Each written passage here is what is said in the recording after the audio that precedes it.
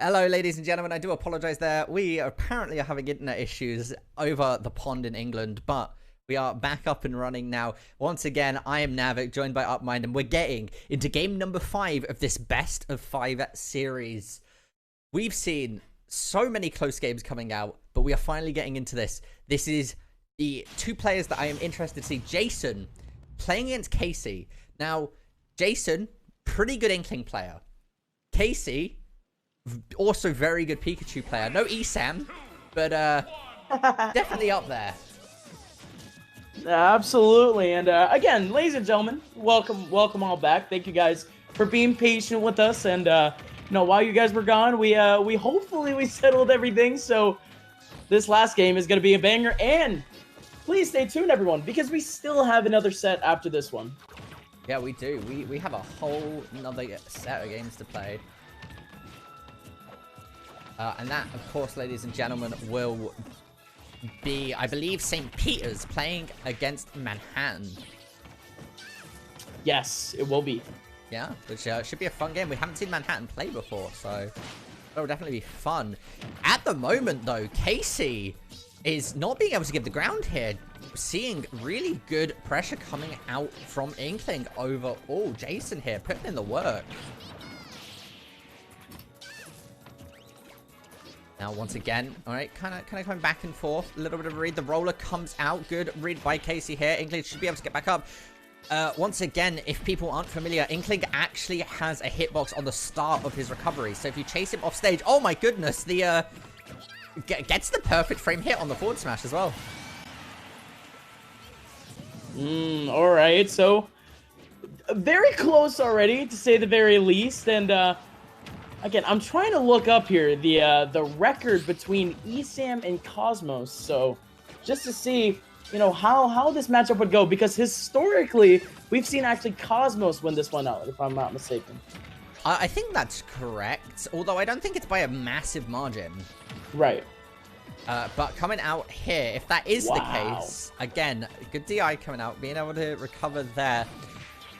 The thing about Jason is he's a very smart Inkling player when it comes to his ink recovery, right? Which I think is super duper important there. Good stock coming out, but 87% is a massive lead to have in this matchup. So I have that update for you, and it is absolutely even. They're 10-10 at the moment in terms of games. So this matchup historically, I remember watching this matchup back at Full Bloom. I think just a year ago. It was more or less the start of Ultimate.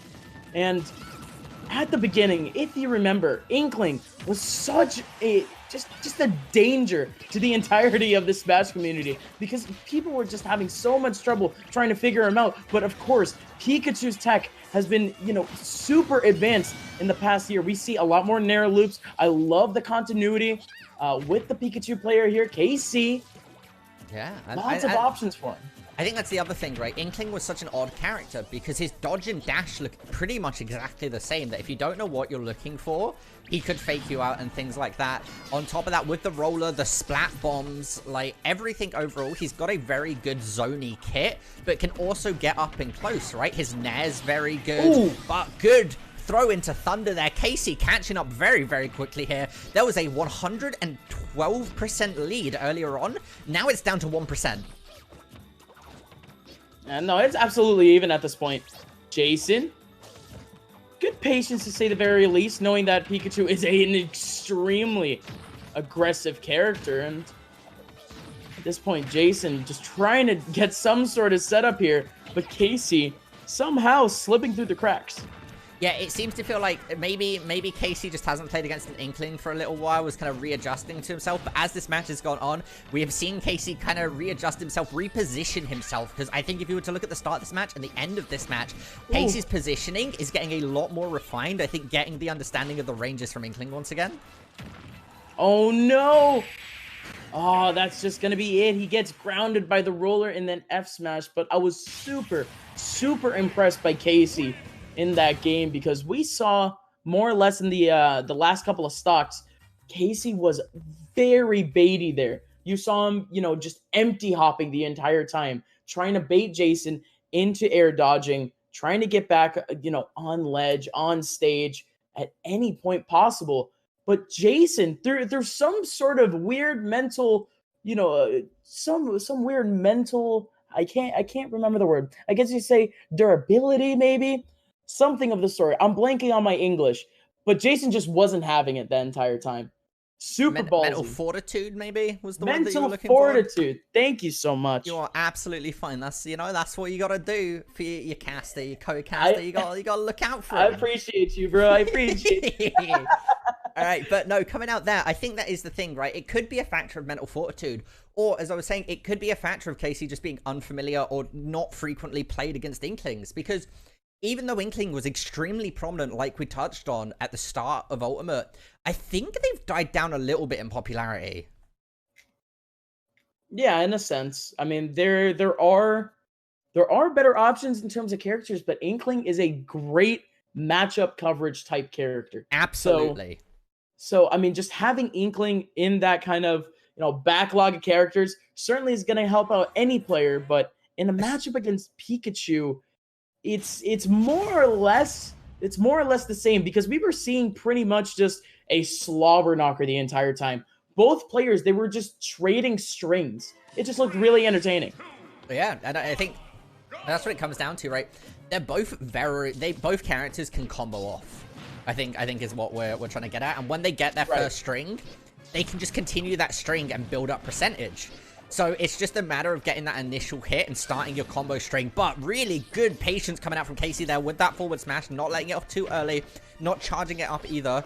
Just playing it patiently, getting in that small amount of damage, gets hit by the roll-up, manages to mash out so quickly. Oh, and the jab lock into a down smash. Just that extra damage, and that F smash. That was the hardest of reads. And the thunder into an F smash off the ledge. This is some big brain stuff from Casey. Yeah, and that's what I'm saying, right? When I talk very highly of Casey, because as we've seen him play throughout the Invitational, he has always shown new stuff and such a phenomenal understanding of his matchups that I'm just like, okay, well, this guy knows Pikachu. It's all he plays. He should know most of the matchups. You know what I mean? And it shows. It shows that being faithful to a character and learning your matchups is more important than switching. However, as I say that, Jason is also doing a phenomenal job on Inkling and also understands this matchup very, very well. Look at that Splat Bomb! Oh my gosh. That was a Giga read. Reads from both players at this point, and again, I've been kind of seeing Casey at this point, again, pressuring that shield of Jason, pressuring the space of Jason, but Jason's just not having it again. Finally trying to land it. The F smash at 130 won't kill. Stellar DI and attack coming in off of the back air. Jason's not dead. Again, Jason showing the patience there, though. Casey thought he was going to be aggressive, go straight into something off of the ledge there, but he waited it out and punished. Now, once again, two stocks either side, but 84% lead for Jason. But we saw that last game with 112%, and Casey still managed to catch up. Yes, he lost, but it was very close. He's gonna make his way back on stage, back into neutral, starting off with a back air, looking. Oh, he pressured too. Just the empty hop. And again, running around. Pseudo dash dancing. Dash dancing isn't exactly too viable and ultimate. And I think at this point, empty hops is the new strat. Yeah, well, sometimes ESAM needs to learn to adjust. Clearly. Right. Casey here though, again, them showing exactly the same respect to each other though, and playing it so patiently. We saw the exact opposite situation happen earlier. Oh, going for the thunder there. That was okay. So I really like Casey's thinking there, right? He thought that you were going to see Jason jump after him, maybe just go for the down smash because down air, because Inkling's down air is very, very good, especially on ledge. But he threw out the thunder just to try and bait it out, and Jason again just kind of read it and was like, you know what? I'll play it patiently. I don't want to overpressure because I've got a lead. Landing back air there, Casey. Oh no! Couldn't catch the landing off of the up B, and Casey at this point might start to get desperate. Again, this is you know, Canisius's last hope of trying to take away this crew battle. Because again, ladies and gentlemen, this is game 5 here. Yeah, if there's any chance of this happening, Casey needs to win this game with 1 stock, and then 2 stock the next game. If he 1 stocks, we end up in a tie situation. That's it. No, what? Oh my god, he lived? Okay, and okay, no, manages to mash out there. No quick reaction. I don't think Jason was expecting for that roller to actually connect. Goes to the charge, manages to get the stock. 64% here, 76. This is the lead that Jason has. That splat bomb onto the platform. Great read. The roller's coming out. Jason needs to play this carefully. If he plays too aggressively, he's going to use up all of his ink and give Casey an opportunity. Not charging his ink either. Goes to the thunder. There he goes to build it up. Just plays it again safely, patiently. Casey looking for those combo strings. He needs to get those jab locks. Oh my god! He does it! He does it! The string and into the gimp! That was insane from Casey! That's the clutch performance that Canisius needs to potentially take back this crew battle! This is very much so coming down to tooth and wire, ladies and gentlemen. This is the last match in the series. They're both 1-1. This is the last best of 3 in the series. So this last match decides who wins if Casey get the 2 stock. If we end up in a scenario where we are in a tie, I believe the rules on a tiebreaker, I'd have to confirm with the TO, but both players choose a player and send them off to do a best of 1. I mean, if that's the case, because of this formatting, I simply can't tell you if that's the truth or not, but that would be nuts. First set of the season, and we would get a standoff if that does happen. Yeah. Wow. Would be incredible. I told you that this would come down before the stream, Upmind. I think I said to you, like, if any game is going to like near like the last game, it will be Sienna versus Canisius, because these two teams have played against each other multiple times. They know each other's players very well, and especially playstyle. You saw Jason and Casey there kind of reading each other, and that comes from experience of playing against each other and also understanding of the matchup overall. So we are going into a final pick and ban for this. We're going to ban Battlefield and Pokemon Stadium 2 from Casey. We're going to town. Upmind, how do you feel about Town and City? Town and City in this matchup for Pikachu, at least, pretty good, actually. Not gonna lie, but again, we saw the Kalos earlier. We saw the Kalos, which was actually a very optimal pick for Pikachu. But again, I don't think we've actually gone through the picks and bans yet. Those were our old picks and bans. So at the moment, we actually have Sienna, I think, banning Town at the moment. Again, we are still waiting. So let's talk about our set so far. So just going through our little timeline of games. At the beginning, we had Aiden coming out super strong for Sienna College. He has half the points of Sienna's overall pointage right now. He got himself a 7-0 off of game 1. So that already, that's half of the 14. But then after that, Canisius came off to a 4-point string there off of Brett and Joe A. And then the firecrackers went off. Rory getting his team, if I'm not mistaken, I'm trying to see here, 5 points. And then now, of course, we've reached our first game 3 of this set so far. And this is, again, it's intense because Casey somehow needs to pull off a 2-stock to pull it off. To pull off a standoff even. Oh, I am, yeah, no, absolutely. And it's definitely a situation where it's just like, what do you do in that case?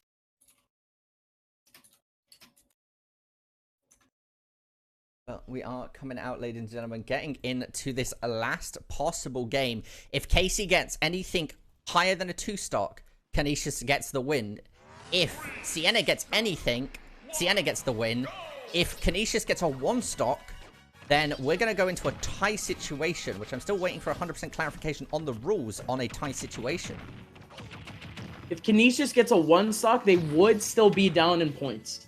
If I'm not mistaken. It is 13-10. Yes, there's 13-10. So if they get does end up coming down to a 1-stock, they would get 2 points. No, they'd get the 1 point from the stock and the 2 points for the series victory. So they get 3 points. I'm crazy because actually the score, I blanked on this. Let me see here. Let me see here. The Let me score just currently, is 14 to 11 in it's 13 to 10, and then if any of them get a stock here, then they'd get a minimum of 3 points because they get one if they have one stock and then 2 points for the series. Huh. Okay. So in terms of the win column, do they get? So even if they do win a game, should they get a point? If they win a game, so let's take this game for example. Jason won game 1 with 1 stock, yeah. Okay. So they got 1 point, and then if Jason had won the next game with 1 point, they would have gotten 3 points because they would have gotten the 1 point from round 2 and the 2 points from the win. Gotcha. All right. So that's nuts. That's just nuts. So if it's a 1 stock from Canisius, they do tie it up. Okay. Gotcha. So a good start from Sienna though. Coming out here. Yeah. So all Sienna really needs to worry about, if they can get Canisius to 1 stock, they get another opportunity overall here, right? But Casey is going to tie it up. Both 0-0 now, coming into 2 stocks. Fresh stocks overall. Ooh. He couldn't right? Here comes the loops. Out here is the loops. I mean, brother, give me some loops, because that's what we're seeing at the moment. The forward smash coming out there. Gets the roll read straight into another forward smash. Dash attack, though, getting the damage, but doesn't hit the jab button. He just kind of ran into Jason. That Pikachu was just vibing for a second, not gonna lie. He was straight vibing. Going for the down air there. Gets the tail whip coming up afterwards as well with the up tilt. Casey now trying to pressure Jason off stage, getting the back air. No ink on him either. Of course, going to be able to gather it off of that hit. Casey trying to make his way back. Back air. Now trying to pressure Jason. Has him at the ledge. And Jason's back in neutral. The other thing we haven't touched on since the start of the series is these are our 2 finalists in the Invitational, right? The Founders Invitational. And so coming down to this is so important because Canisius want to win this so badly because they lost to Sienna in the grand finals. Again, intense there. So again, this is the regular season, but this is for bragging rights already. Of course, this is for, of course, the W column already on the season. But this is for bragging rights on last season. Sienna up a stock now. So Canisius can only tie in this situation now. Okay. Which is interesting because that does mean that if Casey manages to bring it back, which we saw him last time have 1 stock and bring it back with an absolutely phenomenal read into a Gimp. So coming off of that, it's a possibility we see that happening again, and then we would go into a tiebreaker situation. Uh-oh. The down tilt. Sienna's Jason taking his time in terms of an approach. So Casey, I mean, he doesn't want to be patient in that scenario. He just goes right on in and gets the down smash kill. And ladies and gentlemen, we're on last stock. Yeah, 77%. Every single one of these games, Casey's been down anywhere from 70 to 112%. So coming out into this isn't a situation he's unfamiliar with. He's been putting up with this whole game, and we saw it come back. Good parry, looking to get the combo starting there, but just can't get him close enough. Oh, the back! Oh my goodness! That does it! Sienna! They take the crew battle! Out of nowhere, Jason just sweeps away Casey. Yeah, with the jump reverse back air. Canisius finished that with 16 points to Sienna's... Oh, no, sorry. Sienna's 16 points to Canisius's 10. So that is, ladies and gentlemen, going to be Sienna College taking game number 1 of the series, game number 1 of the season. And we'll be hopping to a very short break as we get ready for game number 2, which will be St. Peter's versus the debut of Manhattan College. We'll be back with you momentarily.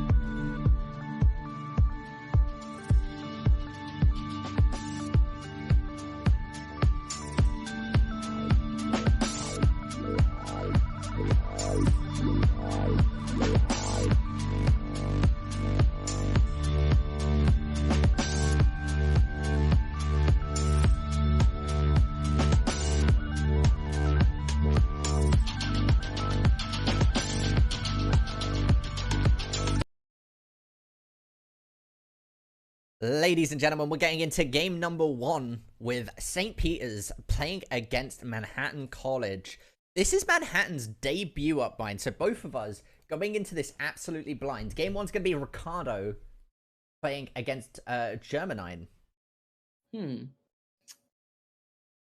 Yeah, and like you said, I'm very intrigued to see what Manhattan's got, because Manhattan as a just as a location in general, right in the heart of the tri-state region, right in the heart of where, some of the biggest tri-state tournaments happen. So you might think that there might be maybe, pretty good players slipping through the cracks that might go to this school. So we might be able to see some hidden gems in this set, but we're just going to have to see, as again, Ricardo on your left side, Germanine on your right. It seems like we have a button check. Oh, sure. It looks like that might be what we're seeing. No, what? I guess not. Okay. There we go. Maybe. Whoa! Oh my God! Already. What the hell? Okay, Ricardo. Sick game, Captain Falcon so far.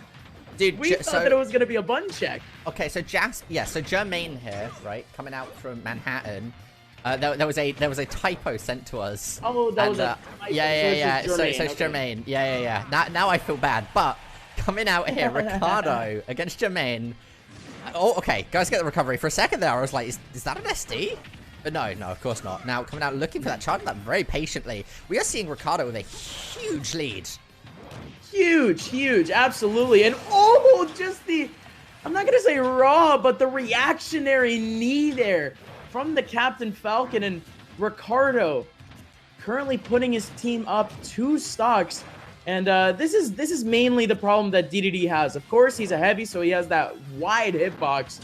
But also, characters like Captain Falcon that could just not let you breathe. And the fact that, almost everything in DDD's kit is, high frame rate. Or not high frame rate. High frame data. So it takes forever for his aerials to come out. It takes forever for his grounded moves to come out. And, of course, Ricardo taking full advantage in Jermaine. Doesn't get the tech in the end. So an extremely clean 3-stock to start it off for St. Peter's over Manhattan. Yeah, a 3-stock there is going to be a good start for them, right? It's, again, if we see another 3-stock coming out, that's an 8-point lead. That's difficult to come back from. Like, of course, it's obviously incredibly possible. But when you start off like that, it is one of those things where it's just like, what do we do in this situation? Because we have to 100% commit and manage to get those points back. You need to be taking stocks. You can't be letting your opponent 3-0 you. Right, and we're going back into picks and bans, ladies and gentlemen. What do you think? Where does DDD take Captain Falcon? Man, that is just a question that I simply cannot answer, because DDD at this point, such a weird position to me in the meta. I would think that that Battlefield would be a good stage for him, but we're talking about Captain Falcon right now. Captain Falcon, he uses those, those platforms essentially as landing targets for him to reset his jumps on his up air strings. Like, I don't think there's really anywhere for this DDD to go right now. I think his best option simply might be to counterpick. Yeah, you think a character switch is the right way of going about it? I think so, because again, we didn't exactly see anything too impressive in terms of DDD's kit in that game. Maybe it was just Ricardo literally not letting Jermaine play that video game in game 1, but otherwise, I feel as if a character switch here would be super helpful for the squad. Yeah. I think maybe DDD into. I think it's like any heavy, right? Heavies are known for eating combos. Right. Yeah, no, so I guess during those aerial strings that we saw a lot from the Falcon, I guess a little bit more reactionary, reactionary inputs. So you get your nairs. We didn't see Gordo up close too much, and believe it or not, Gordo is a great tool in point blank range if you can simply aim it right. Because it just simply gets so much damage. But that, again, is yet another disadvantage of this matchup, because Captain Falcon we were saying how frame data for DDD wasn't exactly that great. Frame data for Captain Falcon is one of the best in the game. So he could just simply whack that, Gordo back with ease. Yeah. I mean, there's a lot of punish that can happen. I do think, again, we haven't seen Manhattan play before, right? So we don't know anything about their players. We don't know if they're just picking DDD to kind of get a read, or if there's like, that is just a straight up DDD main. You know what I mean? Mm-hmm.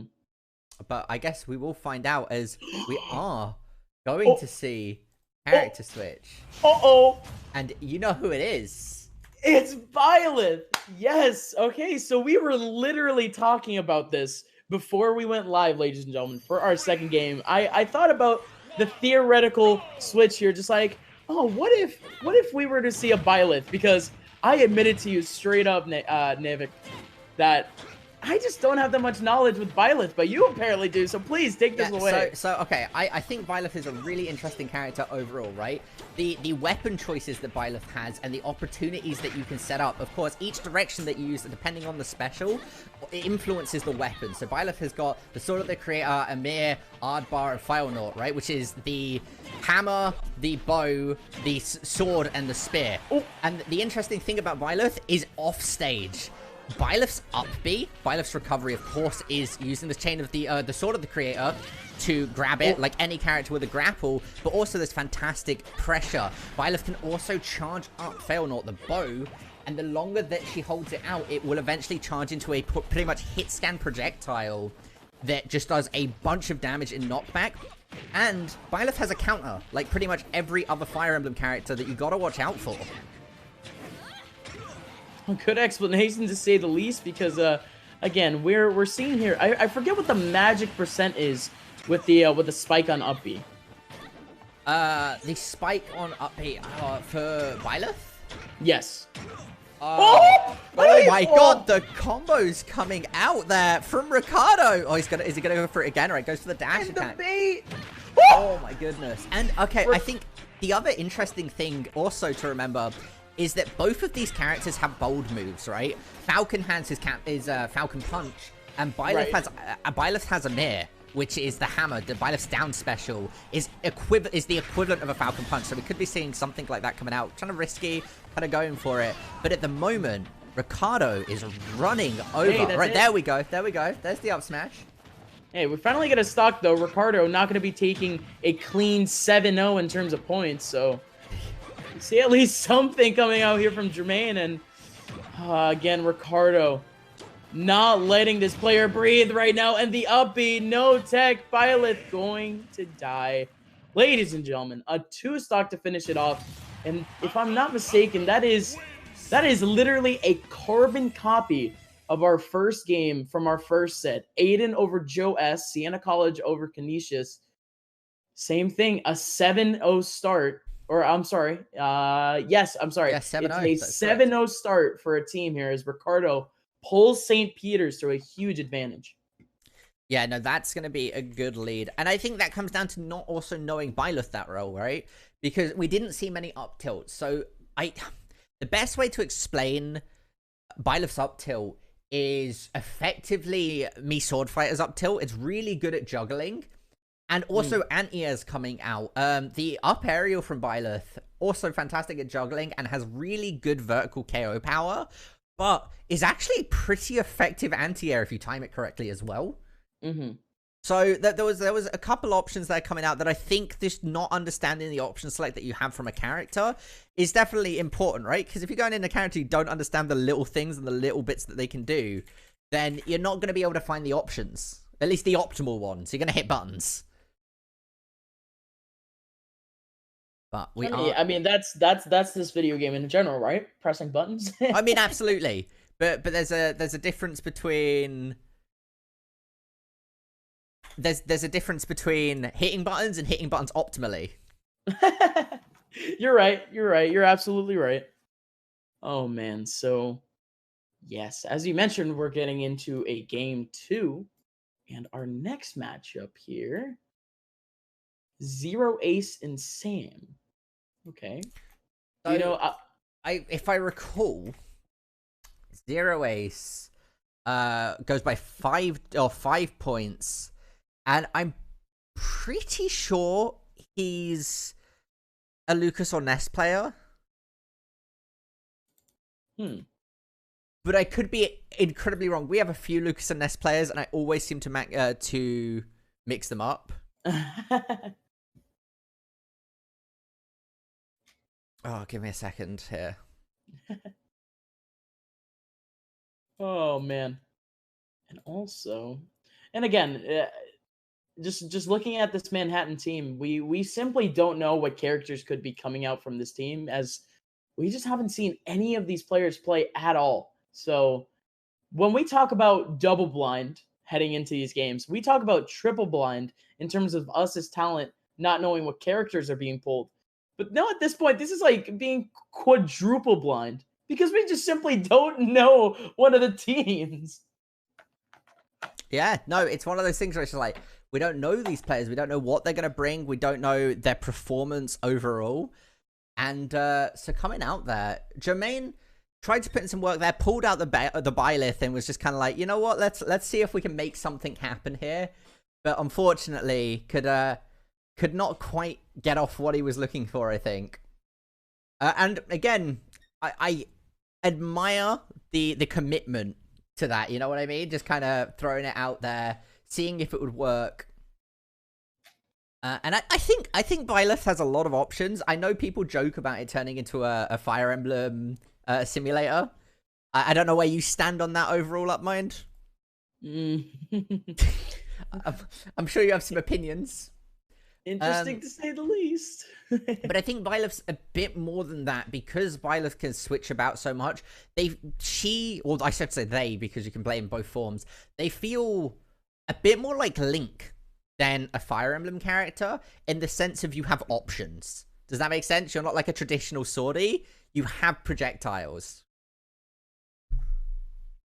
And we're going to go to Smashville. But that's my take on Byleth, after seeing quite a bit of Byleth being played. I feel like Link players will gravitate more to Byleth than traditional Fire Emblem players. I mean, potentially. I mean, I would... I was waiting that entire time, because that's why I asked you for the magic number for Byleth's upbeat, because I was very intrigued to see what could be pulled there, any sauciness that could be, maybe struck. But yeah, looking at this here, you mentioned how one player could be a Ness, but it's the wrong player that would be a Ness main. Zero Ace actually pulling out the Piranha Plant. I knew we had a Piranha Plant player, and Zero Ace has been referred to as 5 points for most of the tournament, I'm pretty sure. No, I'm incorrect. I read the player order incorrectly.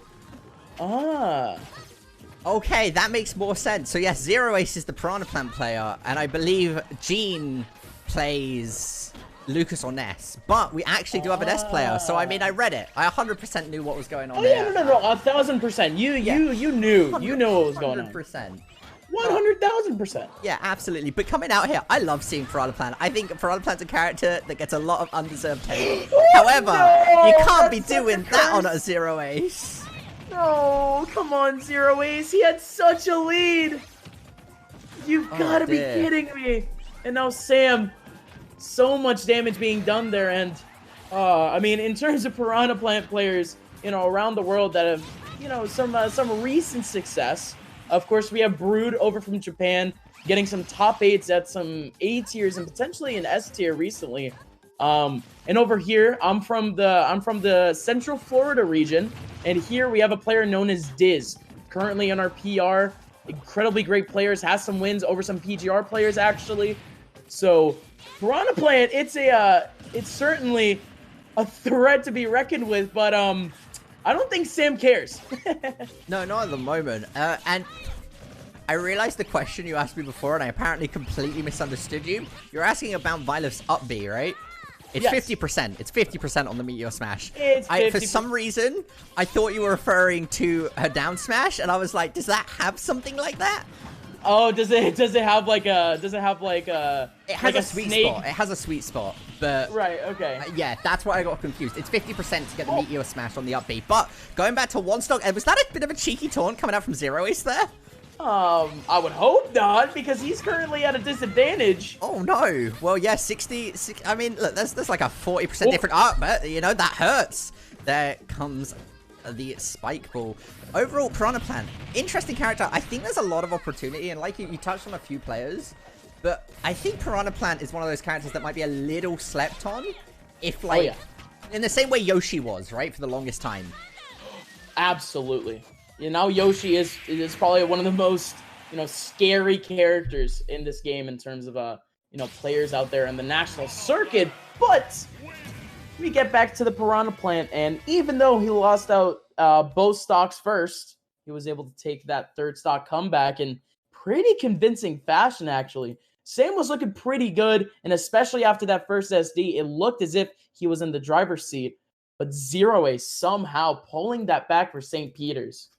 Yeah, and I think that's the other thing, right? If Piranha Plant could just hide in the Poison Breath and go for those long stem strikes and actually put in a astronomical amount of damage. What is it? It's like 26% if hit at max range was fully charged. Yeah. Yeah, it's ridiculous. Yeah, and, it's a lot of damage. And if he tries to approach, you either hit him up close or he just gets hit by the Poison Cloud too. So at that point, you just have to run. Run for your life. Oh, man. But Sam, he shouldn't be discouraged, though. He just looked good the entire time. That last stock just came down to, you know, how meaty Piranha Plant hits. Yeah, no, and again, if you commit onto a Piranha Plant, he can punish you anyway, right? If you go in for Piranha Plant when he's using Patui, the ball will drop on you. If you go in for Piranha Plant when he's Poison Breath and charging up Long Stem Strike, he can just release the Long Stem Strike and put in a metric ton of damage as well. Fully charged close up is like 18, 17%, and then if you're also getting hit by the Poison Breath, that's hitting you with another like 2.7, 2.8, like 3%.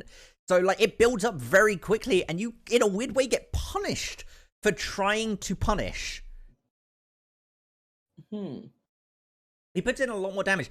Piranha Copter, his recovery, I believe does 1%, maybe 0.8% per hit, and then the final hit is 4% as well. So like, there's a lot of... I'm disappointed, first of all, that I remember so much about Piranha Plant, and then every other character, I'm like, they do damage, but Piranha Plant, I'm like, look, I'm living for this character. He gets disrespected. Wow, okay. All right. Oh, dear. I mean, in a sense, Piranha Plant also, he has that smirk on him the entire time. He does. He really, really does. Ooh. So that in itself, it's like, we were just talking about DDD. It's like DDD, just crouching. Oh, it's just the BM. It is BM. Yeah. We're gonna Yoshi's Island. Okay. And that's the other thing. Yoshi's Island's an interesting one because the forward smash from Piranha Plant kills at about 65% on the edge on light characters and about 84% on medium characters, about on the sour spot. Because there is a sweet spot to the forward smash, which is the head. If you hit with the stem, it does significantly less knockback. It seems like again, this is interesting because this could actually be a pretty smart counter pick here from the Ness. Spike balls, depending how it's thrown and depending where this Piranha Plant is on the stage, the spike ball is just gonna get caught on that upper platform. Yeah, that was a good Poison Breath coming out there from Zero Ace, right? Was trying to put in the shield pressure whilst also getting a long stem strike. Now we do see a bit of a situation coming out, trying to get back onto stage. He's going to put it in the PK Thunder. Risky, but chasing after him here. Sam with no fear. Gonna take some damage, but Tui just missing. It looks for the forward smash again. Going for the long stem strike. Trying to play positioning. It's not many characters you see out-zone Ness. Yeah, no, that's tough because, you know, you see Sam attempting these PK fires, trying to get in, and also, okay, this is a good start. Catching Piranha Plant off the air, not exactly, you know, too big of a challenge, and I think that's the first time that we've seen this Ness attempt a down smash off ledge, which is such a brutal move in every way, shape, or form. And off of that, he's able to get a lot of damage, but not the stock. Zero Ace in the lead. Yeah, and again, we saw that up smash, which does kill it about 90% on Ness. Oh my lord. So, you know, it's pretty low percentiles overall. And you can see him baiting it out, right? Because he knows that if a bad DI happens, that's a good parry, though. Bait it straight into that back throw, which is absolutely deadly from Ness. Mm-hmm. Again, Patui looking to try and make that connect, going for it. Again, Ness is at the point where an up smash will 100% kill no matter the DI. So we have to see Sam playing super carefully here. Good punish there from the long stem strike. Lands in the jab, unfortunately, though. Bit of bad spacing overall, positioning. Maybe not quite understanding the range of Flower's jab. Or Piranha Plant, even. Right? Coming in there. Again, with the Patui. Looking for the connection. Needs to play it really carefully. The forward smash is going to hit that sweet spot and find the stock. Oh. Alright. Copter. Again, just baiting it out. I'm not sure I'm liking these just random throws that we're seeing from Zero Ace with the up smashes, because there's a very little chance, right, that we're gonna see like Sam jump, like dropping on top of him from the platform. Wait, I have a question. Yeah. So I didn't know this. His up B is called Piranha Copter? Yeah. Oh, what? Yeah, no. Is that by Smash terms, or is that like actually canon? That's canon. His Oh moves my God. his moves are Patui, Poison Breast, Piranha Copter, Long Stem Strike. Oh my gosh, you're a move encyclopedia. I'm impressed. Yeah, well, thank you. His. Yeah. I mean, yeah, I understand certain things. Something that I always found funny is that his down aerial is called Flower Pot Meteor. Doesn't have a meteor property. Really? Yeah. Huh. Yeah, no, it doesn't. That's okay. That's weird to me, but kind of what we expected off of that, game 1 performance. We get a 2 stock here coming out from Zero Ace to finish off this one, and unfortunately, Manhattan in the past 2 games just could not pull a single point. So now St. Peter's in a commanding 12-0 lead. Yeah, and I believe we are coming again, going into this. Yeah, this is a massive lead for Peters overall. Coming into game number 3, we have Gene, who I believe is that I remember move names 100%, right? On top of players and characters recently, my brain has been fried. Right. I believe Gene plays Ness or Lucas. But he might also play a Sordy. I'm really grasping at straws. Oh, man. Yeah, no, you're in the expense of your internet getting fixed. I think now we need to fix your mindset at this point, because you're remembering all the wrong things. I really am. Like you're getting the entirety of Piranha Plant's moveset off the top of your head. Even percentiles. Even percentiles. And yeah, man. So I'm impressed to say the very least. Sometimes, dude, you want to know about Piranha Plant? I got you. And oh my god. Pac-Man as well. I can tell you some Pac-Man tech. Oh, I mean, do I really want to know? Dude, T could teach you some things. Yeah, no, absolutely, man. And not just T, because there are so many good Pac-Man mains in the US alone. Kiwi in New England, absolutely. Let's go, Kiwi! Kiwi placed what, 7th, or was it 7th at Overclocked, or was it? Did he top 8 in Overclocked? Man, are you trying to remember Pac-Man placements right now at regional? Yeah, I think it was 13th or something like that. It was you know what, Google it. While we're waiting for Pix and Band up, right, Google where Kiwi placed in Overclocked Ultimate. I think it was either 7th or 13th. It was 9th. Was it 9th? It was 9th. I was in between, right in the middle. Good God, so funny. Okay, so now that we're on the topic of Pac-Man mains, specifically Kiwi, I got to room with her actually at CEO last year. Oh wow, that's cool. Yeah, I know, it was just a really good time. I think at that tournament she got 65th, which for an A tier, that's stellar. And I'm actually I just found her Liquipedia page, and she actually had a 3 major run where she just got 65th 3 times in a row. Pound 2019, CEO 2019, and Shine 2019. So she had a 65th place curse. Oh yeah, that is definitely Well, unfortunate there, isn't it? yeah, but shout outs to Kiwi. Yeah. Didn't think that I would hear that name today, but she's awesome. Well, dude, Kiwi's a good Pac-Man player.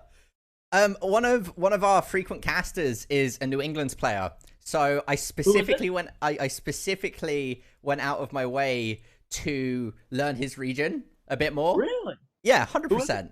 Who is it? His name's Toxic Gerbil. But he plays a lot of Smash. Gerbil. Yeah, it's a good name. But no, he would go on about how New Englanders absolutely adore Kalos as a map. And I was like, you know what? I want to learn more about the New England scene because you bring it up every cast.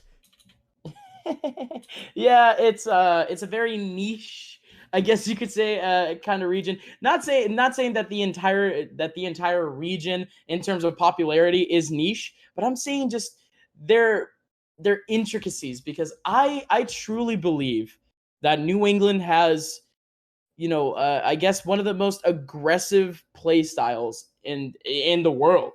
Like you see a player from New England, you see Mars, you see Light, you see Lade, you see Raffi X. All of them just have that, just that nonstop full throttle X factor to them at all times. That simply is something that they learned off of each other, just by grinding at weekly. You're only as good as the region that you're in, right? Like, exactly. And you learn from that region because you play around that region so much. You understand it. My man, we are seeing a Lucas. I did remember. Look at that. Against a Terry. How do you feel about Terry? How do you feel about this matchup of mine? Because I have no experience with Terry versus Lucas. No, I don't think anyone but Terry mains would. Because, again, Terry still is a relatively new character. But, certainly has a couple of attacks here that could make his way through the plethora of projectiles that Lucas has and wide range of moves. You see the PK freeze. That might be a huge problem, especially with Terry's up B. Yeah, I think Terry's one of those characters that I do want to see being played more, right? We've seen a couple people kind of, oh, that's a good start. We've seen a couple people have some breakouts with him. Like, I'm trying to think of a couple off the top of my head at the moment. Riddles did pretty well with him in the Amuka Smash Cup. Nurse from Canada did decent. And I think he is a good character with a lot of opportunities. I just feel like people need to learn. He's a lot more fun than most of the other Shoto characters. He's not a Shoto character, but in Smash terms. In Smash terms, yeah, Shoto. Yeah, he's got good throws. Buster throws really good. His grasping up is really good. Burning Knuckle is fantastic. And, of course, he has the option of also going for a crack shot. And then he has the whole mechanic with his KO and Power Wave. Which is just nuts in general. Because I love the Twitter memes. I love the Twitter memes depicting Terry whenever he reaches 100%. How he just goes from literally zero to 100 real quick. Power geyser, power geyser, power geyser. It's like, but we don't. We don't even need those moves at the moment to even get a kill, because he just goes on a huge streak to get that kill. But immediately after, for some reason, he waits on inputting that jump, and he goes a little bit too low for that up B. So that's just going to be the equalizer. Gene must be, just thanking his lucky stars right now. Yeah, the PK Fire hit. Oh, no. What? We're going to see Manhattan putting their first point on the board. Gene just didn't PK Thunder. I don't even know what to say. We just saw 2 straight kills that were just random. Like 2 SDs that were pretty just all out there. So I'm actually looking at the stream right now, trying to see what happened. So, oh man, if it would load for me. Oh, it does. So I'm looking at this Lucas. No, I'm looking at the Terry now. His death on that second stock. Again, just super weird circumstances there that I'm really just trying to wrap my head around. But like you said, Manhattan with their first points. Yeah, that's going to be their first point, which is good. And the thing is, we were touching on it. We didn't even see Terry get to the point where he went into just spamming Power Geyser and Buster Wolf, right? because he didn't need to. He performed that really well. We, of course, saw him get a little bit gimped on his lost stock on the... Was it the second stock where he did try to recover with the rising tackle and just couldn't get the ledge? Yes, that was second stock, and I looked at it, and both kills that we saw simply, I think, were just brain farts. It happens sometimes. It happens. I mean, I think that might be like karma on Manhattan's side, just like, you know what, USD, we can spiritually homie stock the other team for you. Yeah, spiritually. Oh, we're gonna Kalos. Speaking of New England, hey, we Kalos. are gonna Kalos.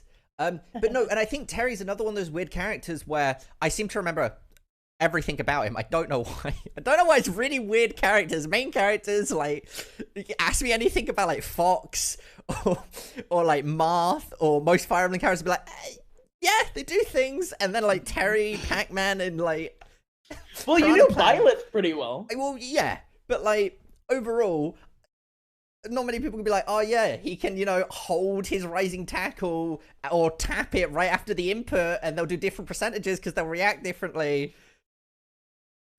I mean, that's that big brain mindset that you needed for commentary, yeah. I guess. So, hey, well, especially in crew battles like these, I'm not gonna lie to you, we are supposed to see like more random characters, right? Yeah, absolutely. Like, so having that weird knowledge isn't exactly a bad thing. Well, you know, everybody has your Marth knowledge and your Shulk knowledge and your Fox knowledge, so it's like, just learn the weird characters. Oh, there you go. So, into our game 2. Okay. All right. Okay. That was a nice burning knuckle coming out, getting a lot of good damage. And this is the thing, is Terry has more specials than anybody else. And of course, if you're not familiar with Ryu and Ken, Terry has a lot of the same properties as well. He will always face his opponent. Of course, he has his special where if he gets to 100%, he's going to get access to more moves. If he performs a spot dodge and immediately attacks, he'll actually do a counter. Not a lot of people seem to recognize that, but if you time a spot dodge and immediately jab, you will counter hit. But wait, we're at that point. You see that go. Oh, the PK freeze immediately shuts it down, though. Yeah, all right. That's just rough. And now Lucas has an opportunity now to potentially make his way back in. Yeah, Gene here on the Lucas. Ooh, okay. F tilt into a power dunk. You would usually see the Locust special, the JJPD, jab power dunk there, but whatever happens, happens.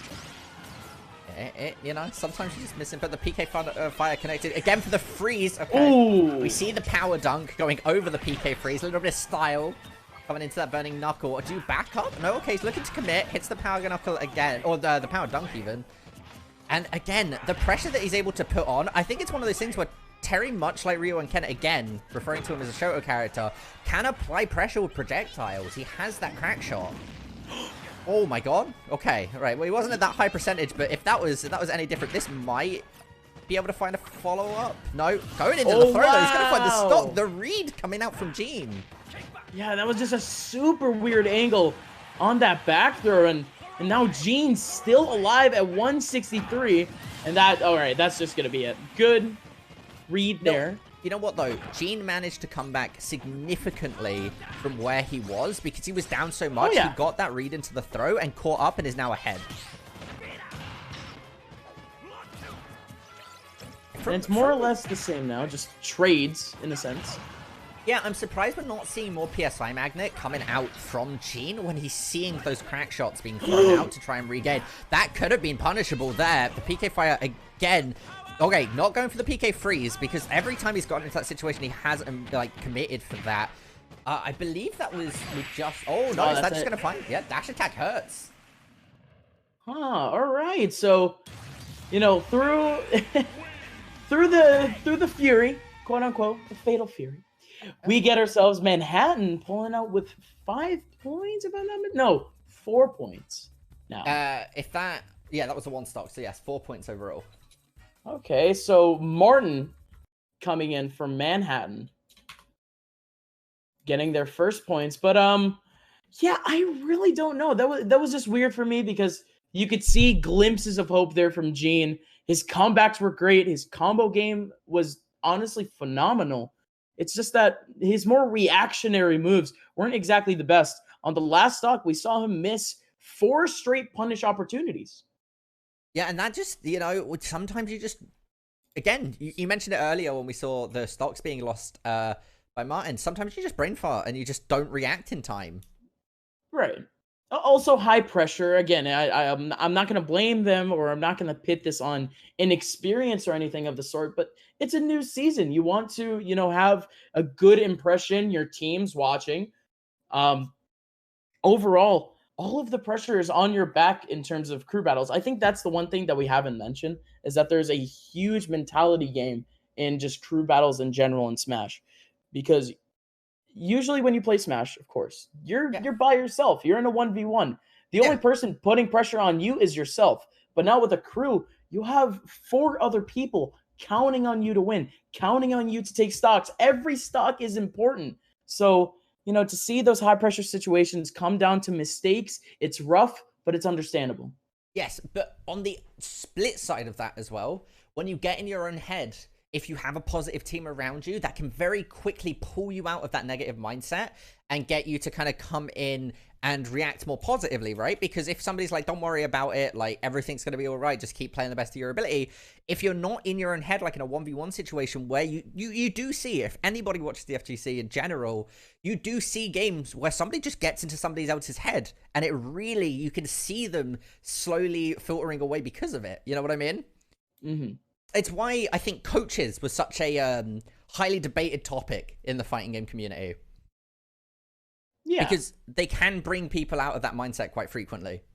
Yeah, absolutely. And yeah, because fighting games in general, I mentioned, they're solo games. You're meant to just be in your own head. Everything is down to your knowledge, is down to your studying of the game. And when you insert a second mind into it, someone who, you know, just isn't in that game, who is a lot more fresh and might even come in with a more positive mindset, you know, potentially that could just help you propel yourself out of a slump. So, you know, hopefully we could see a little bit more from, you know, 5 points in that last game, because certainly, like I mentioned before, he was still impressive. He was still super great. But of course, Martin, the better player in that matchup, winning out for Manhattan. Well, that's their first 4 points. Yeah, and there's also the absolutely, which I think might played in it quite a bit, the possibility that Gene, 5 points, is just not used to Terry. That too. Because Terry, like we said, is a new character. Not everybody has apparently super knowledge on really funky characters. And that can catch people off a lot as well. Because if you don't know how to play into something, you might not know that he's like a Shoto character and can do like a light, medium, heavy variants of his attacks. And you might see him power dunk one time and it comes out really fast. And then he holds it the second time and it comes out way slower but hits way harder. But you time yourself for that fast impact and you get punished because of it. Right. Yeah, it's weird that, you know, it's weird things that you can really only get off of matchup experience. So, you know, we don't know these players personally. We don't know their regions. We don't know who also goes to their schools. So there's a lot of, you know, aspects outside, you know, outside of our talking points, Navik. So I guess at this point we can rule that off again. Manhattan just had the better player in that matchup.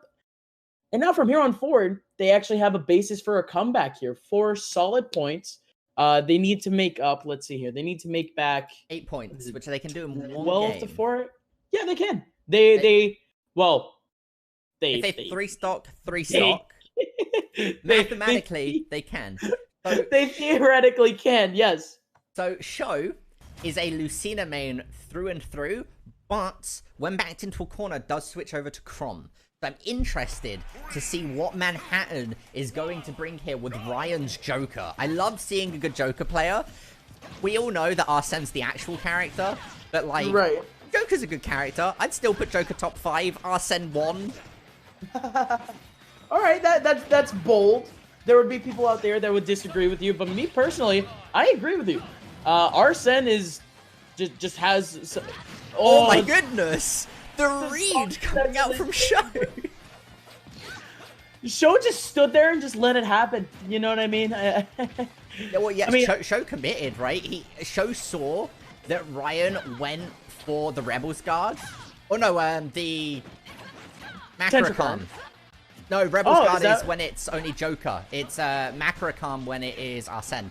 I played a lot of Persona 5. A lot of Persona 5. Man, I still need to do that. The soundtrack is absolutely amazing. I have it saved on my phone, but even then, I just need the time to play the game. But that all aside, great comeback though. Mental fortitude is in play once again, because when you get killed like that, when you just get hard red like that, you usually just kind of mentally give up. Orion, not giving up in any sense. He's already back into this, already getting that damage with the Arsene back online. Oh, trying to chase Show. Has him against the ledge, has him stuck. Puts down the Aegon. Arsene is going to go away, but he placed a solid lead during that time.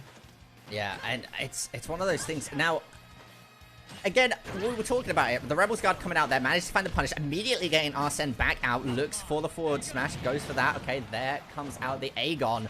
Once again, you can see above Joker's bar, if you're not familiar, he does have that Rebellion gauge. So when that fills up, you do see Arsene coming out. The counter coming out from Show there. Absolutely huge damage. I'm trying to remember, is it 0.2% multiplicative on the hit?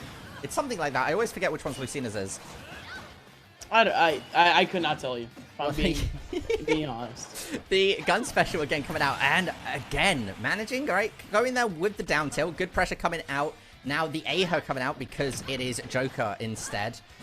And it's one of those things, it is those little variants once again. You should know this matchup. It is the amount that Show plays Lucina. Show should know this matchup completely. He should know when to be counter-hitting. He should know when to be dolphin slashing.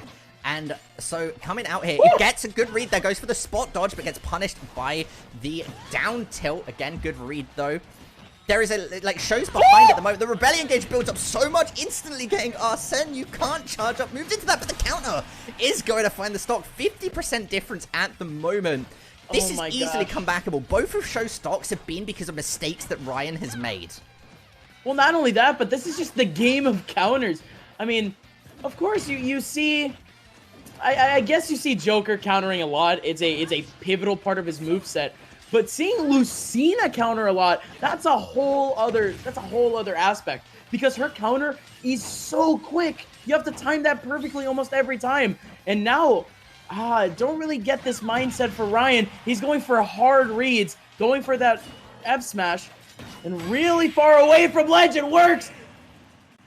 What? Show approaches with the intention to counter. I've never seen a Lucina with that playstyle. This is awesome just to watch. Yeah, Show very, very much so understands Lucina. And like you were saying, Lucina's counter has, I think it's 14 frames. It's like 6 or 7 startup and then ends on like the 21st or 22nd frame. And overall, that is a really, really fast, because most of the Fire Emblem characters, I believe, have a baseline of 22 frames on most of their counters. There's a couple exceptions. Lucina and Byleth, I think, both break that rule.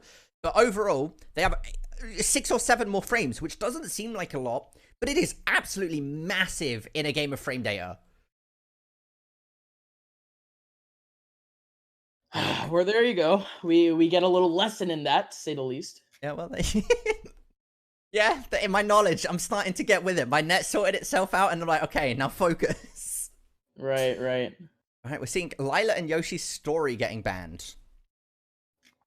So now it is mathematically not possible for Manhattan to tie up the score. It would put them up to 12 in this game. Yes, in this game. In this game. We still, well, this is match number 3. The other interesting thing is, I was talking with Manhattan before. Manhattan didn't have a designated team captain, right? So that's an interesting thing, because we don't know when their captain or best player is going to play. They nominated somebody, or their advisor nominated somebody just before everything was getting sorted. So it was kind of like a random pick. But Show is the team captain for St. Peter's. So Show should be performing very, very well. And much like Casey from Canisius, who pretty much only plays Pikachu, other than a couple like freak anomalies where we've seen Show move over to Chrom, which is usually when it's a super bad matchup for Lucina. He's only played Lucina. Yeah, well, that makes sense. I mean, if you have a main that's competitively viable on its own, because there are just a good pool of characters out of the plethora of those on the list that are solo viable, and Lucina being one of them, and Joker also being the other one. Yeah, and I think that's the other thing, is it's an interesting situation when you pick something like that, because people don't expect you to have a pocket pick, right? Because universally, they're known as characters that just have good matchups in general. They might have a couple of bad ones, but majority of the time, they just do well. So having pocket picks can really throw off opponents, especially in a tournament setting where it's double blind pick. You see some Gim Tech. The Gamer Tech.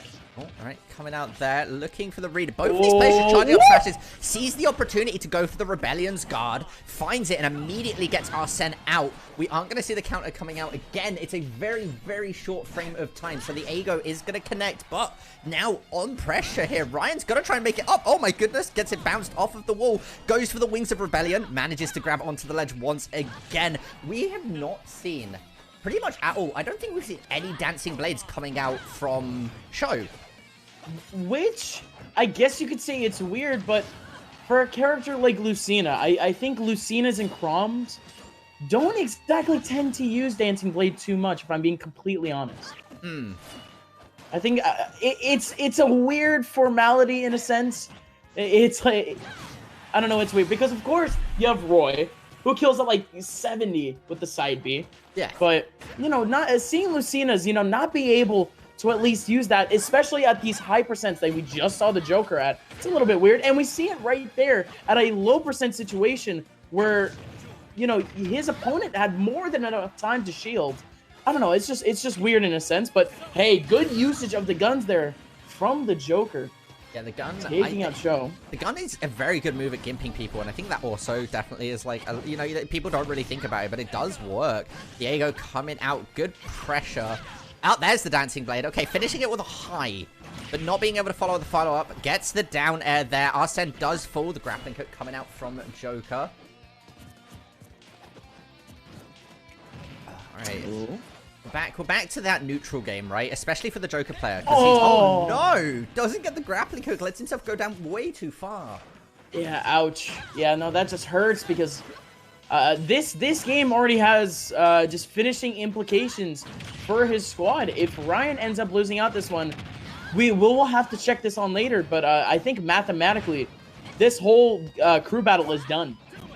However, because we're playing over 8 weeks and these are pre-eliminations, stock difference does matter overall for tie-breaking in the actual seeding and standings.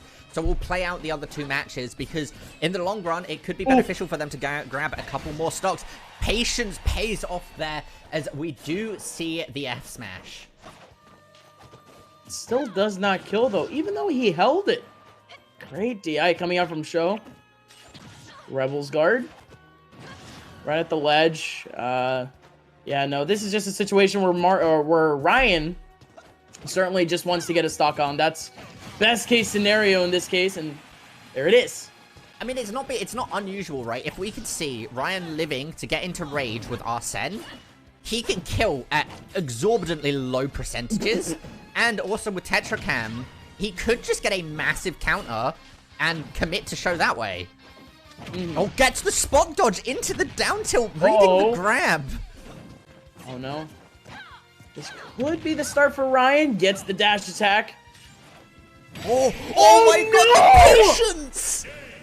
Show the empty hop, and it just doesn't matter. Ryan just waits with the up smash, and that's the kill. We were talking about disaster scenario there for Manhattan. We were saying how this crew battle just could be it, but no. Manhattan lives. Ryan survives and takes game 2. We have a game 3.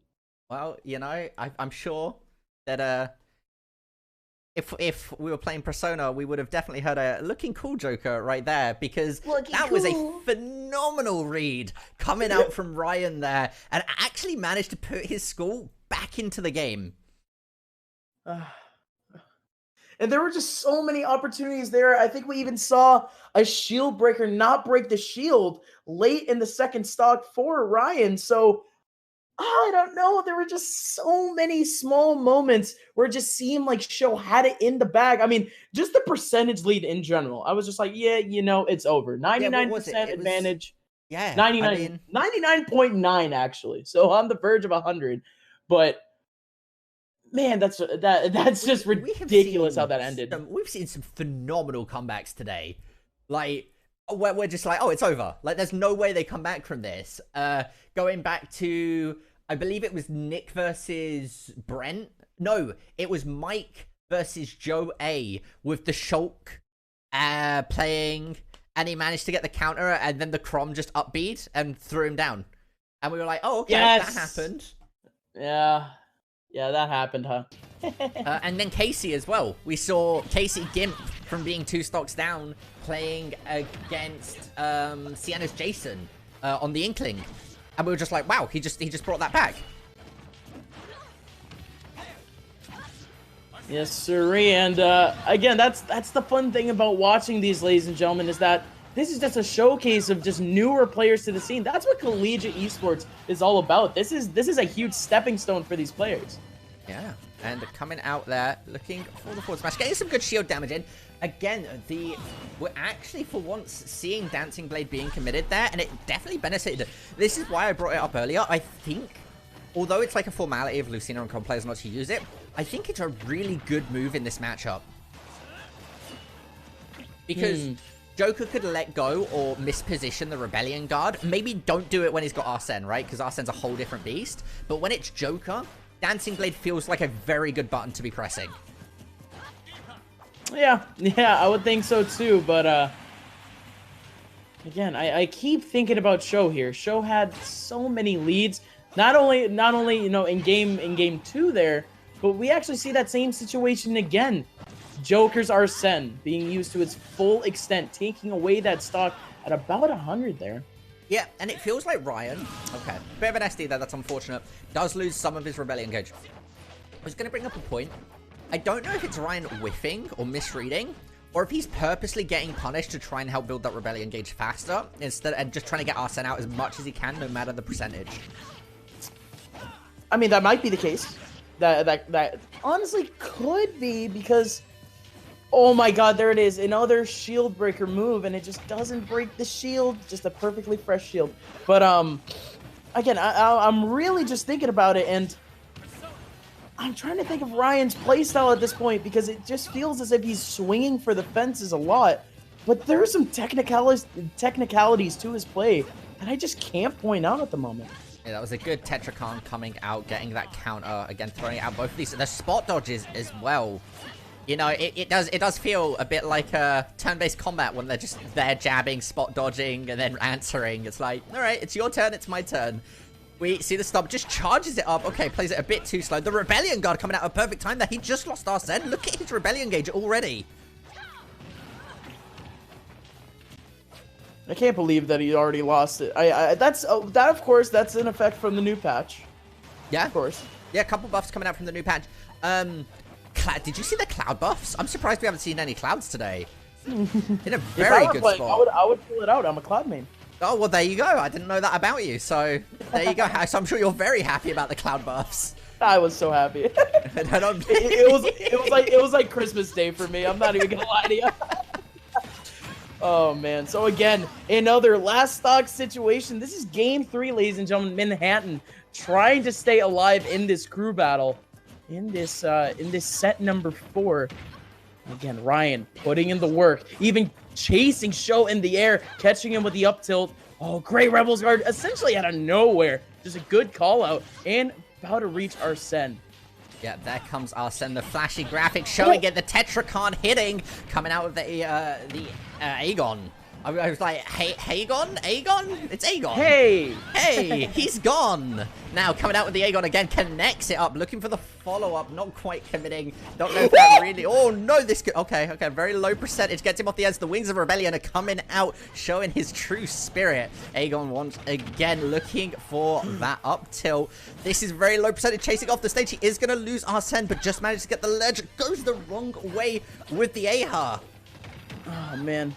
Okay, a good move by Sho there, going for the high up B, just to mix up the recovery, and still alive. Rebels Guard again, though. Ryan, super good with them, but now Sho still reaching a little bit more damage. Sho at 155. Oh, the forward throw not going to kill either. 165. The counter trying to at least get something out of it, but it's going to be the F tilt that's going to bring Ryan and Manhattan back into this crew battle. So now it is 13-8. They are going into game number, what, 5?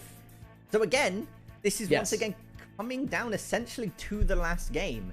If we see a one stock from Joseph, they win. They go up to 14 points.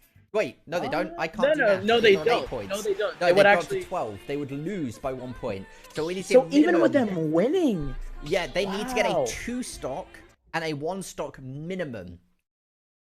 Yeah, that is nuts. So Joseph has a very tall task ahead of him as St. Peter's. They sent out Jazzy G up next to, what a name, by the way, Jazzy G. You know what? I'm not even going to spoil who Jazzy G plays because I think you're going to be happy, Upmind. I'm going to be honest with you. I think it's going to come up. It's going to be an exciting time for you. But really? Yeah. But we do, of course, are going to be moving into our picks and bans once again with St. Peter's getting the choice of heads or tails on the coin flip. Do you have a strategy for heads or tails, Upmind? I would say tails never fails, but we've seen that fail many a time. Exactly. About 50% actually. Who would have thought? Yeah, I know. I don't think those odds are for me. Again, whenever I pull out the heads, I always feel like that 50% chance is just a little bit better. You know what I mean? For heads, of course. Yeah. Yeah. See, I go with heads. How I personally decide how to flip heads or tails is I flip a coin, and whatever that lands on, then I'll decide by that. So I decide heads or tails by flipping a coin for heads or tails, because it feels like it's only fitting for fate to decide how fate picks. Well, that's a weird math equation there, because then I can't do math for my life. So you flip one coin, right? Yeah. Okay, you know what? I'm gonna go through it. So you flip one coin. So that's 50, already 50-50 there. Yeah. And then so you get tails, right? Yes. Just pretend you get tails. Okay. For you to get tails one more time, man, I'm gonna sound so stupid. Oh my god. No, I'm not gonna say it. What did it? No, come on, you can do it. You can do it. No, I can't say it because I'm just gonna get memed on. No, I can tell you exactly what the percentage is immediately. Go for it.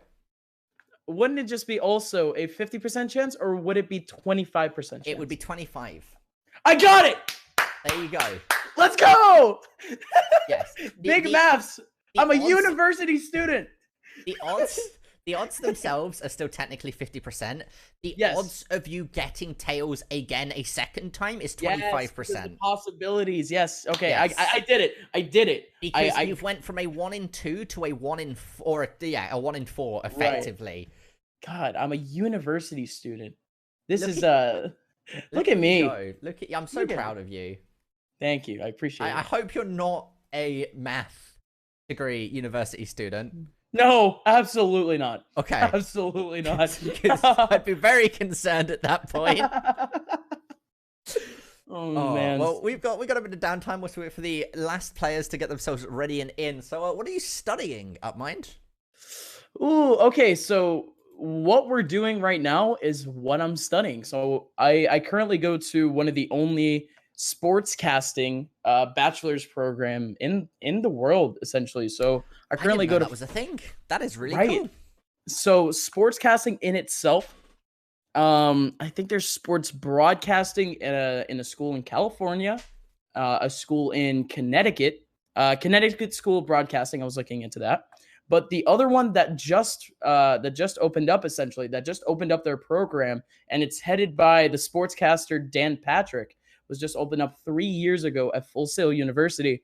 So I ended up coming here, and the school provides actually a lot of opportunities, to work with, to directly work with, various television companies, sports television companies. So That's things really like interesting.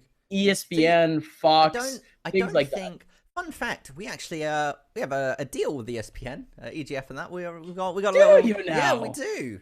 But going back onto a whole different topic, that's Right. really interesting because that's not a thing that, as far as I'm aware, is supplied in the UK. We have broadcasting and like media and television and things like that. But Yeah, you would think specifically a communications sportscasting. major. Yes, Yeah. something like that. But we don't specifically have a sportscasting course or route Yeah, to take. it is very specific, and it's still an accredited bachelor's degree. So That's I just, very I'm just studying that at the moment. We do you have just do various. VOD reviews? Is that what your classes are? No, I'm trying to think it's from an academic standpoint, right? right. How something like that works. Because me, having just come in and like done esports this way and broadcasting and kind of, taught myself certain things and stuff like that and done lots of VOD reviews with people, I'm interested to see how that differs. I suppose VOD reviews are very different from like sportscasting, because I imagine you're also doing production and things like that. Right, exactly. So it's not just learning how to be a sportscaster, to be a talent on camera. It also includes lots of production. So we're kitted out, essentially. Full Sail University, they're a very progressive school in terms of technology. So we're kitted out with the best things in terms How's your of esports lounge? Our esports lounge. We have an esports arena in our school. Oh my goodness! All right, Yes, Full Sail Fortress.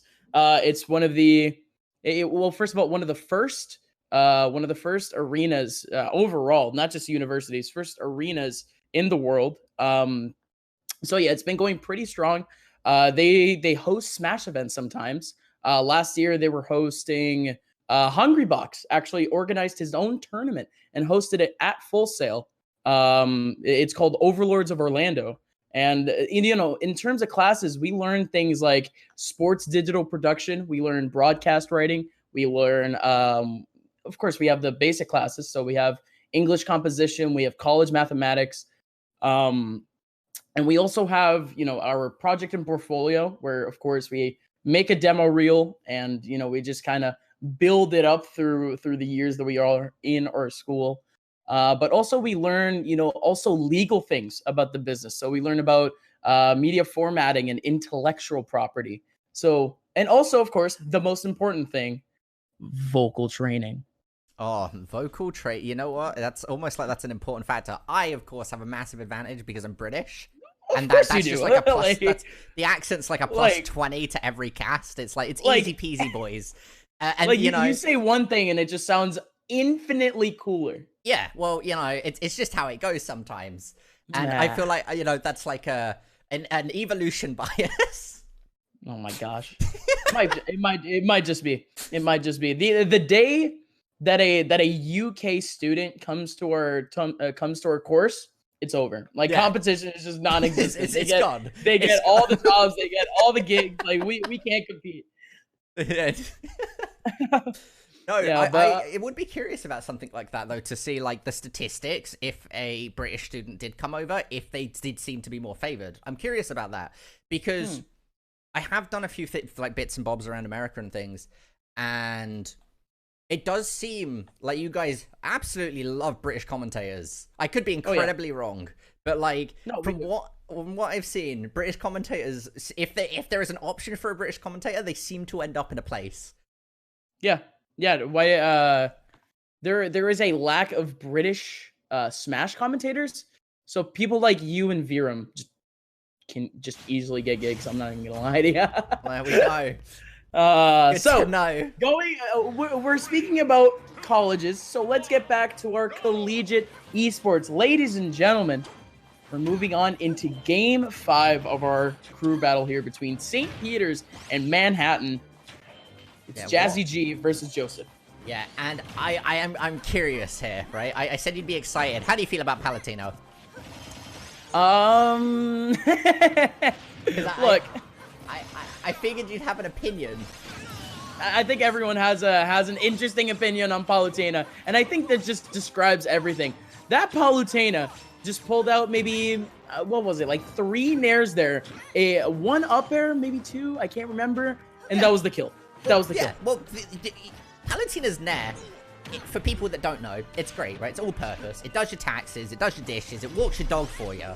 It's a phenomenal move. It's all over the place. And then her down air with the purging kick is really good. Auto reticle is good for edge guarding. Explosive flame is adjustable, which seems to catch a lot of people off if they're not aware.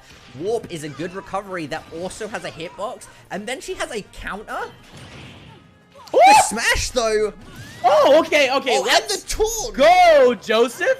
Okay, so Joseph, coming into this crew battle, he needs to win at least one of these games 2 stocks. He needs to take at least 1 game 2 stock. That possibility is now done for this game 1. Jazzy G. Well, no, he can still, he can still take the 1 stock. Jazzy G here, right? So that there is still a mathematical outlook here, right? I'm sure all the math majors already have seen it, right? But if Jazzy G wins this 2 stocks, then statistically we could still see a 2 stock, 3 stock coming out. And Manhattan would still take the win. If Jazzy G wins the series flat out, then they just lose. If we see a 1 stock coming out from Jazzy G here, we only need to see a 2 stock, 2 stock, or a 3 stock, 1 stock coming out from Manhattan here, coming out from Joseph. So, mathematically, them losing this game is an insta game over. It really isn't, but even then, it's already starting to get bleak. Joseph right now, 104.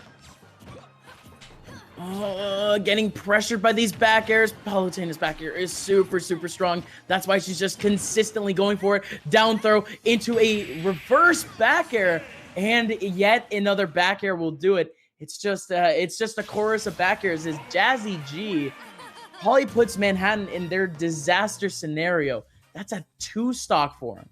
Yeah, that's a difficult situation to be in now, because that is 15 points to 8 points, right? So if I do some quick caster math here, right, that's 7 points different. Right. So they need a 2 stock and a 3 stock. Yeah. Oh, that's so rough. Which is difficult. That is so rough.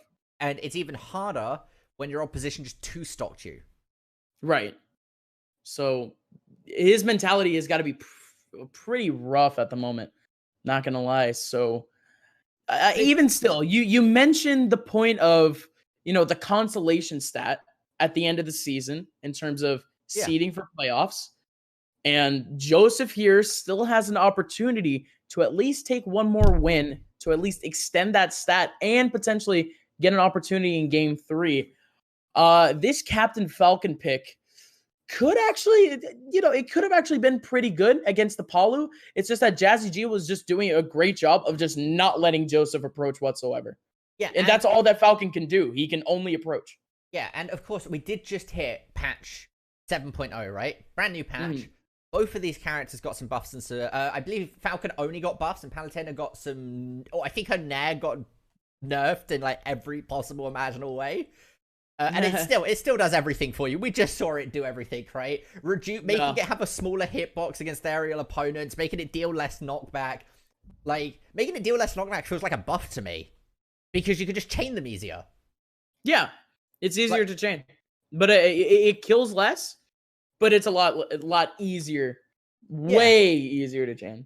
Yeah, so I feel like that's kind of like a power shift more than anything, right? It's not a kill option so much anymore, but it can just be easier to chain, especially if you have platforms. And I believe her shield size is larger now, and her up tilt deals more damage. I believe that's what I remember of the patch notes. I feel like I'm missing a couple things. On Falcon, his nair. So are you aware of how Falcon's nair worked before the patch?